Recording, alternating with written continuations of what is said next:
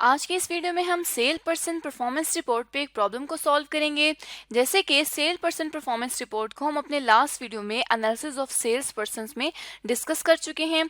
तो बेसिकली वो एक ऐसा एनालिसिस है जिसमें इंडिविजुअल सेल पर्सन की प्रॉफिटेबिलिटी को चेक किया जाता है मार्केटिंग कॉस्ट के बेसिस पर, और जो स्टेटमेंट बना के इस प्रॉफिटेबिलिटी को चेक किया जाता है उस स्टेटमेंट को हम कहते हैं सेल्स पर्सन परफॉर्मेंस रिपोर्ट।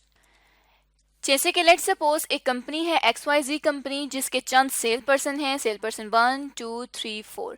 अब कंपनी इनके लिए किस तरह से परफॉर्मेंस मेजर कर सकती है और परफॉर्मेंस रिपोर्ट बना सकती है। यहाँ पे कंपनी इंडिविजुअल परफॉर्मेंस रिपोर्ट बनाएगी चारों सेल्स पर्सन के लिए।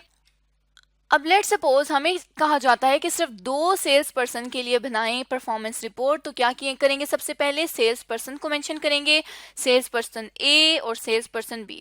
फिर देखेंगे कि उन्होंने शिपमेंट्स कितनी की हैं, कितनी सेल्स की हैं। यहाँ पर हमने उनके शिपमेंट्स को मेंशन कर दिया। उसके बाद क्या करेंगे कि इन दोनों से रिलेटेड सैलरी और कमीशन की कॉस्ट लिख देंगे। तो यहाँ पर 2000 और 17,000 की कॉस्ट को हमने मेंशन कर दिया। उसके बाद ट्रेवल एक्सपेंस जो इन सेल पर्सन से रिलेटेड हैं, सिर्फ वही ट्रैवलिंग एक्सपेंस को लिख दिया।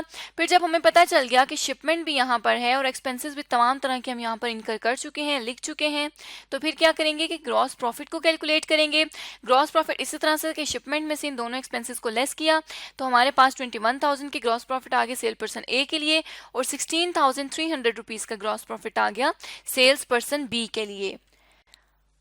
अब इसी ग्रॉस प्रॉफिट के बेसिस पर हम स्टैंडर्ड और एक्चुअल को देख सकते हैं कि स्टैंडर्ड और एक्चुअल के दरमियान में क्या डिफरेंस है।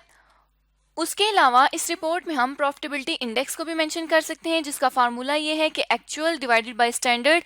अगर शिपमेंट्स को देखना है तो भी actual shipments divide by standard shipment into 100 करके प्रॉफिटेबिलिटी इंडेक्स भी फाइंड कर सकते हैं। तो अब इन्हीं सारे कंसेप्ट की बेसिस पर अगर अपनी प्रॉब्लम की तरफ आए तो केस लिमिटेड कंपनी के लिए सेल पर्सन परफॉर्मेंस रिपोर्ट बनानी है, और इसमें रिक्वायरमेंट क्या है कि prepare a monthly report comparing the standard and the actual performance of the salesperson and show performance indexes for sale calls, travel expense and sales revenue पर call on the basis of actual.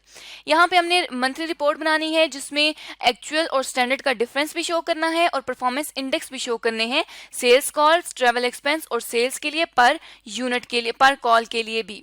तो यहाँ से अगर हम अपने data को पढ़ना start करें तो a corporate budget director design a control scheme in order to compare and evaluate the efforts of the companies 3 sales person and that result attain. Company के कंपनी के जो कॉर्पोरेट बजट डायरेक्टर है वो चाहता है कि वो तीनों सेल्स पर्सन के लिए कैलकुलेट करे, उनकी इवेलुएट करे परफॉर्मेंस को। Specifically each sales person is to make 5 calls per day, जिसके लिए ये कहा जाता है कि हर सेल पर्सन ने 5 कॉल रोजाना की करनी है। The budget provide for 40 per day पर सेल पर्सन, और जो बजट दिया जा रहा है वो ₹40 का दिया जा रहा है हर सेल्स पर्सन के हर रोज के लिए। फॉर ट्रैवल के लिए एंड एंटरटेनमेंट एक्सपेंसेस, और एंटरटेनमेंट एक्सपेंसेस के लिए each person was assigned 400 sale quota per day. अब यहाँ पे ₹40 का पर डे इन जो ये सेल्स पर्सन है उन्होंने कॉस्ट लगानी है, जिसके एवज ₹400 की सेल्स कमानी है। ये उनको टारगेट दिया गया है, बजट दिया गया है। The budget department collects the data on the actual performance from the daily sales report and the weekly expense vouchers and then prepare a monthly report. वो ये तमाम एक्चुअल डेटा लेते हैं और फिर मंथली रिपोर्ट को प्रिपेयर करते हैं। This report includes variances from standard and performance indexes. ये जो रिपोर्ट है इसमें वेरिएंसेस भी आएंगे और परफॉर्मेंस इंडेक्सेस भी आएंगे। For performance indexes standard performance equals to 100। अब इसमें स्टैंडर्ड परफॉर्मेंस इंडेक्स को हम इक्वल रखेंगे 100 के, जिससे हमने मतलब पीछे मल्टीप्लाई किया था 100 से, हम वही करके इसको 100 स्टैंडर्ड रखेंगे और फिर देखेंगे कि कितना अचीव किया और कितना नहीं किया। यहाँ पर नवंबर से रिलेटेड 20 दिनों का वर्किंग डेटा दिया गया है, जिसके लिए सेल्स पर्सन दिए गए हैं मिस्टर अली, मिस्टर जमील और मिस्टर आकिब। साथ ही साथ सेल कॉल्स दी गई हैं कि मिस्टर अली ने 70 की हैं, मिस्टर जमील ने 100 और मिस्टर आकिब ने 120।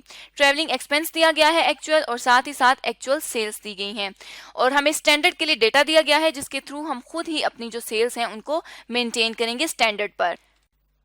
तो यहाँ से अपने सोल्यूशन को स्टार्ट करते हैं। रिपोर्ट में स्टैंडर्ड डेटा भी आना चाहिए और एक्चुअल डेटा भी आना चाहिए। इन दोनों को इसलिए लिखेंगे ताकि फिर हमने इनके वेरिएंसेस को भी फाइंड करना है। तो सबसे पहले क्या करेंगे कि सेल्स पर्सन्स को मेंशन कर देंगे, जो कि यहाँ पे हम सेल्स पर्सन को मेंशन कर देंगे। 3 तरह के सेल्स पर्सन है, 3 सेल पर्सन है sorry, mister Ali, mister Jamil और मिस्टर आकिब।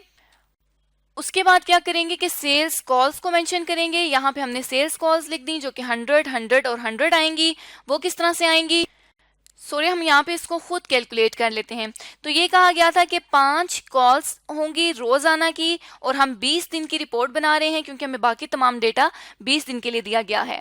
तो यहाँ पे 20 दिन की ही कॉल्स लगेंगी, तो मतलब 100 सेल कॉल लगेंगी एक सेल पर्सन की। अब अगर 100 एक की लगेंगी तो उसने कहा है कि तीनों सेल पर्सन के लिए जो सेल्स कॉल्स हैं वो इक्वल ही रहेंगी।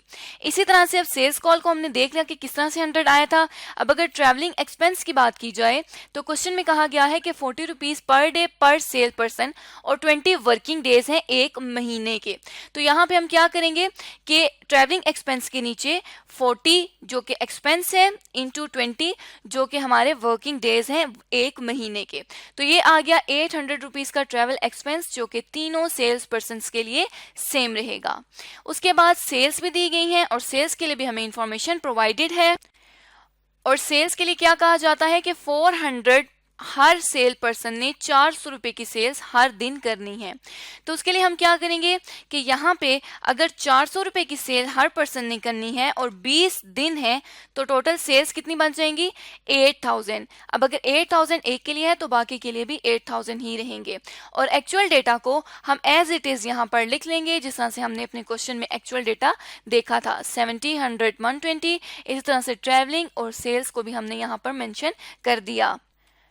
तो अब क्योंकि क्वेश्चन के थ्रू क्वेश्चन की रिक्वायरमेंट के मुताबिक हमने इन दोनों का देखना है क्या डिफरेंस है एक्चुअल और स्टैंडर्ड का।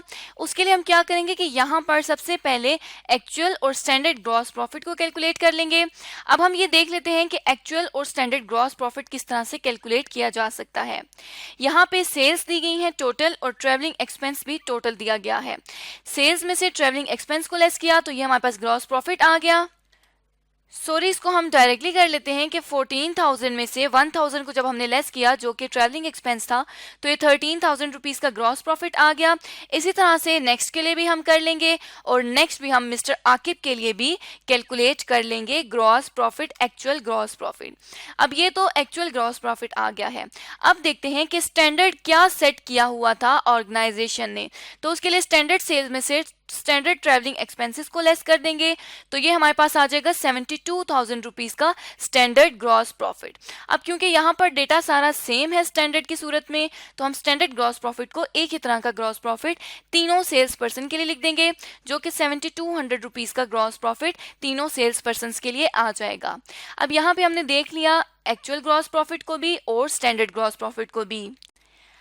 अब क्या करेंगे कि इस एक्चुअल और स्टैंडर्ड के बेसिस पर डिफरेंस देखेंगे कि क्या डिफरेंस है, क्या वेरिएंस है। उसके लिए क्योंकि ये ग्रॉस प्रॉफिट है तो एक्चुअल अगर ज्यादा होगा तो कंपनी को बेनिफिट होगा। यहाँ पे हमने देख लिया कि एक्चुअल 13,000 था, एक्चुअल में से स्टैंडर्ड को लेस किया तो ये वेरिएंस आ गया 5,800 रुपीज का। नेक्स्ट भी हमने देख लिया तो नेक्स्ट भी पॉजिटिव डिफरेंस आ गया, फेवरेबल वेरिएंस आ गया 400 रुपीज का। और लास्ट वाले को जब हमने देखा तो वो हमारे पास नेगेटिव वेरिएंस आ गया 1920 रुपीज का। अब ये नेगेटिव वेरिएंस क्यों आया है, क्योंकि एक्चुअल ग्रॉस प्रॉफिट कम है जो कि 5,280 रुपीज है, जबकि स्टैंडर्ड जो सेट किया गया था वो सेट किया गया था 7,200 रुपीज का ग्रॉस प्रॉफिट। तो स्टैंडर्ड तक नहीं पहुंच सका एक्चुअल ग्रॉस प्रॉफिट, इसलिए ये डिफरेंस आया है। तो यहाँ पर इस डिफरेंस को हम कहेंगे कि ये अनफेवरेबल डिफरेंस है क्योंकि कंपनी ने अपना टारगेट अचीव नहीं, सॉरी ये जो सेल्स पर्सन है इसने अपना टारगेट अचीव नहीं किया। तो इस तरह से अपनी परफॉर्मेंस रिपोर्ट का हमने पहला हिस्सा कंप्लीट कर लिया है जिसमें हमने वेरिएंस देख लिया है कि एक्चुअल और स्टैंडर्ड ग्रॉस प्रॉफिट का क्या वेरिएंस था और हमने इसकी परफॉर्मेंस को ग्रॉस प्रॉफिट की सूरत में ग्रॉस प्रॉफिट की बेसिस पर मैयर कर लिया है वेरिएंस फाइंड करके। अब नेक्स्ट हमने क्या करना है, नेक्स्ट यहाँ पे हमने परफॉर्मेंस इंडेक्सेस को फाइंड करना है। तो अब क्वेश्चन का नेक्स्ट पार्ट जो कि परफॉर्मेंस इंडेक्सेस है उसको कंप्लीट करने के लिए हम अपने अगले वीडियो में देखेंगे कंपनी अब इसी परफॉर्मेंस रिपोर्ट को फर्दर किस तरह से परफॉर्मेंस इंडेक्सेस कैलकुलेट करके कंटिन्यू कर सकती है।